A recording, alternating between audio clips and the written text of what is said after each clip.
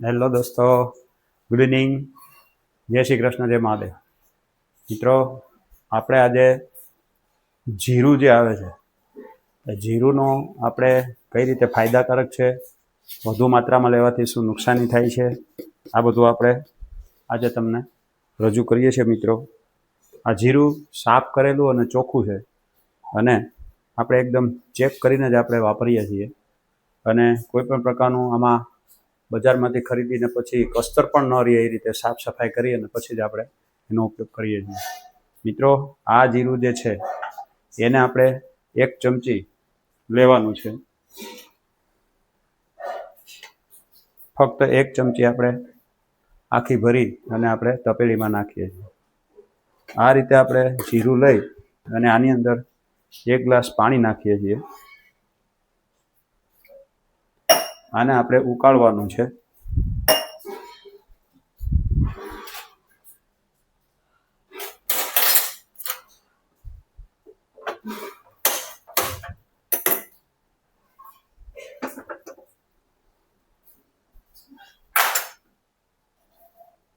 મિત્રો, આ રીતે આપણે ઉકાળવા મૂક્યું છે. આ પૂર્ણપણે જીરું હમણાં ઉકળી જશે. ઉકળી જાય પછી એને ઠારવાનું છે અને ઠારીને પછી આપણે જીરુંનું એક પ્રકારનું ડ્રિંક્સ બનાવવાનું છે, પીણું બનાવવાનું છે. એ પીણું એવું હોય છે કે જે આપણા હેલ્થ માટે ખૂબ જ ફાયદાકારક હોય છે. આ જીરું છે એ નુકસાનકારક છે પણ અમુક માત્રામાં, બાકી આના ઘણા બધા ફાયદા પણ છે. હું આપને ઘણા બધા મારા મિત્રોના એક આગ્રહને કારણે હું એક આ વસ્તુ પણ તમને બતાવું છું કે જીરુંનો શું ફાયદો છે. તો આ જીરું આપણા જીવનમાં ખૂબ જ ઉપયોગી છે. આપ જાણો છો કે આપણે સવારે દાળ શાકમાં તો વાપરીએ જ છીએ રોજના માટે. તો આપણા જીવનમાં જે રસોડાની અંદરના જે મસાલા છે એ મોટે ભાગે આપ બધા જાણો જ છો કે આપણા શરીર માટે ફાયદાકારક જ છે. પણ આ જીરું છે એનો પણ વિશેષ ફાયદો એ છે કે આપણે એનું ડ્રિંક્સ પણ બનાવી શકીએ છીએ એ રીતે કે જેથી કરીને આપણને પાચનમાં પણ સહાયરૂપ થાય છે અને ડાયજેસ્ટ પાવર વધારે છે. પ્લસ આપણને હિમોગ્લોબિન અને એવા બધા તત્વોમાં એમાં આયર્નનું પ્રમાણ વધારે છે એટલે એમાં પણ આપણને ફાયદો કરે છે. તો મિત્રો, જે લોકોને અમુક દવાઓ ચાલતી હોય કે બીજી કોઈ પણ બીમારી હોય કે પ્રેગ્નન્ટ બહેનો હોય, એમણે પણ ડૉક્ટરની સલાહ વગર કોઈ વસ્તુ લેવી નહીં, વાપરવી નહીં. કારણ કે આ ઘરગથ્થુ બધા ઉપચારો છે. આપ જાણો છો કે આ કોઈ બીજી કોઈ મેટર નથી, માત્ર શુદ્ધ ને સાત્વિક આપણે ઘરે બનાવેલું એક એવું સરસ પીણું થશે કે જેથી કરીને આપણે આપણા જે શરીરની અંદર રહેલું જે મેટાબોલિઝમ છે અને જે ડાયજેસ્ટ પાવર છે એને વધારવા માટે આપણે આ જીરુંનો સદુપયોગ કરીએ છીએ આ રીતે અને એનું એક સારામાં સારું ડ્રિંક્સ બનાવીએ છીએ. તો ગરમા ગરમ કોઈ પીવાનું નથી. એને બિલકુલ ઉકળી જાય પછી આપણે એને નીચે ઉતારી, ઠારી, પછી ગાળી અને પછી એમાં આપણે જરૂર પ્રમાણે બધું ઉમેરી અને એ રીતે આપણે આનો ઉપયોગ કરવાનો છે. તો મિત્રો, હવે પછીનો પણ આ તમે જોતા રહેજો. આ જીરું ઉકળી જાય પછી આપણે આગળની પણ વાત હું તમને કરીશ. આના ફાયદા એ પણ બધું આપને જણાવું છું. તમે આખો વિડીયો જોજો, પૂરો વિડીયો જોજો અને લાઇક, શેર, સબસ્ક્રાઈબ કરજો. મિત્રો, ફરી મળીએ છીએ.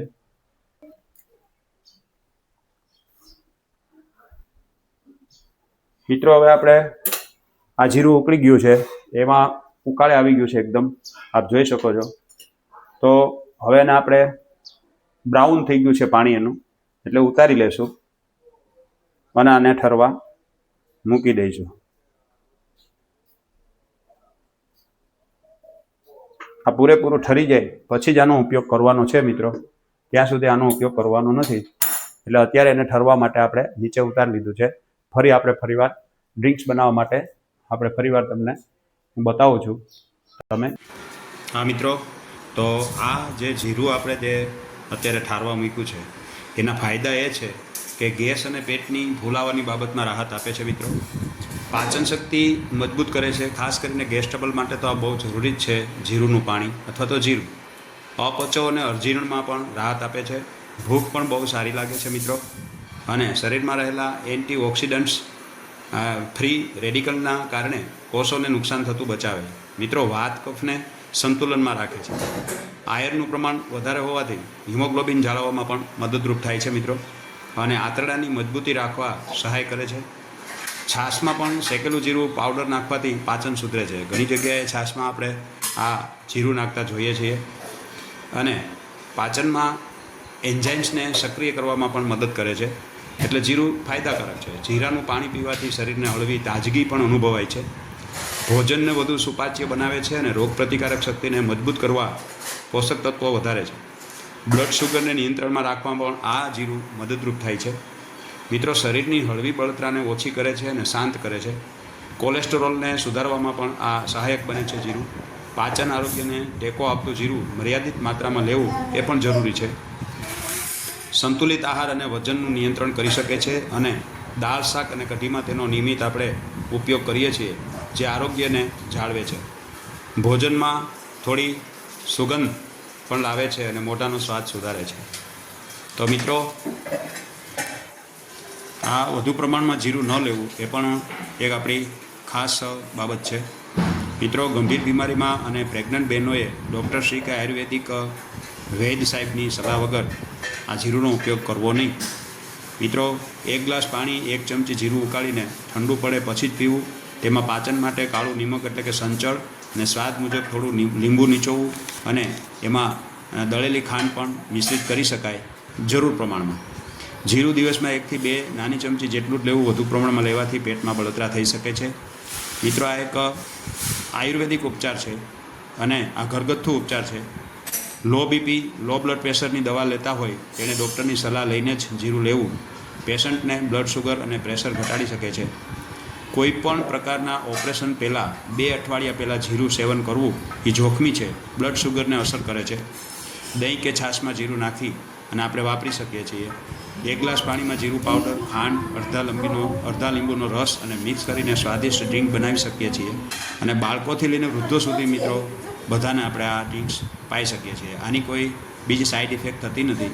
તો મિત્રો, આ રીતે આ લીંબુ જે છે એ પણ એમાં ઉપયોગી થાય છે, જે ડાયજેસ્ટ પાવર વધારે છે. તો આપણે જે આ એમ કે જીરુંનો જે ઉપયોગ કરીએ છીએ એ ખરેખર રસોડામાં તો આપણે રોજને માટે દાળ શાકમાં કરીએ જ છીએ, બરાબર છે, રસોઈમાં. પરંતુ મોટાભાગના આપણા મસાલા પણ એ ઉપયોગમાં જ આવે છે કે જે આપણા હેલ્થને સારું રાખે છે. તો મિત્રો, આ રીતે આપણે આ જે આપણા જીરુંનો જે ઉપયોગ છે એને આપણે જો સારી રીતે ઉપયોગ કરીએ, બરાબર, તો નુકસાન કરતું પણ નથી અને ફાયદો ચોક્કસ કરે છે. તો આપણે પણ એને વિવેક બુદ્ધિપૂર્વક ઉપયોગ કરીએ તો આપણને ઘણો સરસ ફાયદો થાય છે. તો એ આપ પણ આ વસ્તુનો ઉપયોગ કરીને જોઈ શકશો. તો મિત્રો, ડૉક્ટરની સલાહ વગર ન લેવું એ પણ એક હજી પણ હું આપને કહું છું કે આ એક ઘરગથ્થુ ઉપચાર છે. તો આ વસ્તુની ખાસ ધ્યાન રાખવી, કાળજી રાખવી.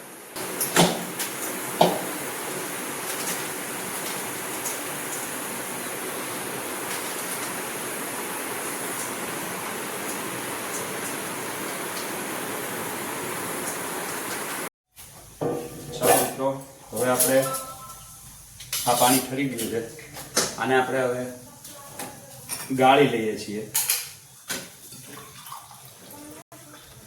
આ એક એવું ઠંડુ પીણું બને છે કે જે શુદ્ધ અને સાત્વિક છે. આમાં આપણે મિત્રો જીરુંનું પ્રમાણ જે છે એને આપણે જવા દેશું અને આ જે છે આપણે ગાળી લઈશું. હવે આની અંદર આપણે આ કાળું નિમક એટલે કે સંચળ છે, તો સંચળ પણ આપણે આમાં ઉમેરીશું જોઈતા પ્રમાણમાં. અને મિત્રો, આમાં જોઈતા પ્રમાણમાં લીંબુ પણ નાખી શકાય છે.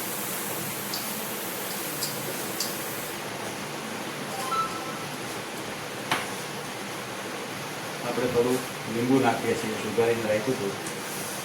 એના બીજ અંદર ન જાય એ રીતે આપણે સાવધાનીપૂર્વક ઊંચવી નાખીએ. તો આ રીતે આપણે લીંબુ પણ નીચોવી નાખ્યું છે. આપ જોઈ શકો છો કે આ એક સાત્વિક અને શુદ્ધ આયુર્વેદિક પીણું બન્યું છે. મિત્રો, આની અંદર આપણે થોડું દળેલી ખાંડ પણ નાખશું, જે સ્વાદ માટે જરૂરી છે. આ એક સાત્વિક પીણું બને છે.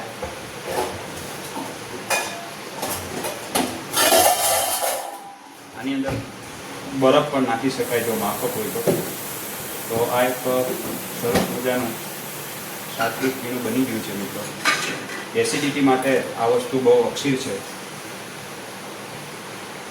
દળેલી ખાંડ છે તે થોડી વધારે નાખવી પડશે અને કાળું નિમક થોડું વધારે નાખીએ તો સ્વાદમાં સાનુકૂળતા રહેશે મિત્રો. તો પછી આને એક ચમચીથી હલાવી નાખીએ.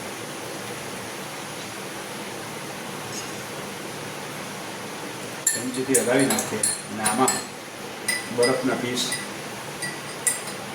વેચા પ્રમાણમાં નાખીશું. તો આ એક સાત્વિક પીણું બની ગયું છે મિત્રો. બીજા આપણે પીણા પીએ એના કરતાં એક શુદ્ધ અને સાત્વિક ઘરે બનાવેલું આયુર્વેદિક પીણું છે. આનાથી એસિડિટીમાં રાહત થાય છે અને આપણને